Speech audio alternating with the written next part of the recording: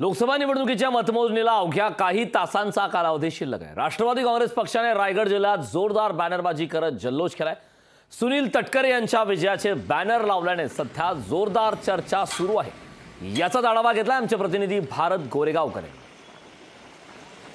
लोकसभा निवडणुकांच्या निकालांना अवघ्या काही तासांचा कालावधी शिल्लक राहिला आहे। रायगड लोकसभा मतदारसंघामध्ये सुनील तटकरे यांच्या विजयाचे आणि जल्लोषाचे बॅनर झळकलेत। दृश्यांमधून आपण पाहू शकताय रायगड लोकसभा मतदारसंघात झालेल्या निवडणुकीकडे अवघ्या राज्याचं लक्ष लागलेलं आहे।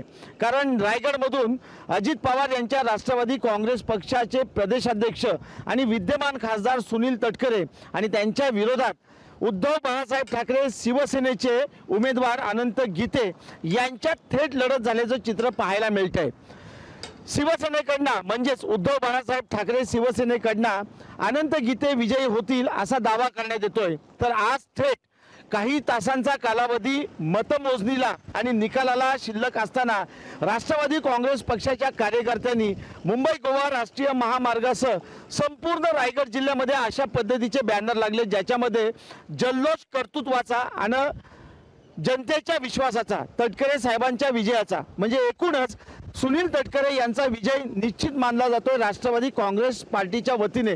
आणि तशा आशयाचे बॅनर रायगड जिल्ह्यामध्ये ठिकठिकाणी लावण्यात आलेले आहेत। एकूणच निकालाला काही तासांचा कालावधी शिल्लक असताना राष्ट्रवादींनी केलेल्या या बॅनरबाजीची रायगड जिल्ह्यामध्ये मात्र जोरदार चर्चा पाहायला मिळते। व्हिडिओ जर्नलिस्ट ओम गोरेगावकर सह भारत गोरेगावकर, लोकशाही मराठी, रायगड। लोकशाही मराठी ऐका, पहा, जागरूक रहा।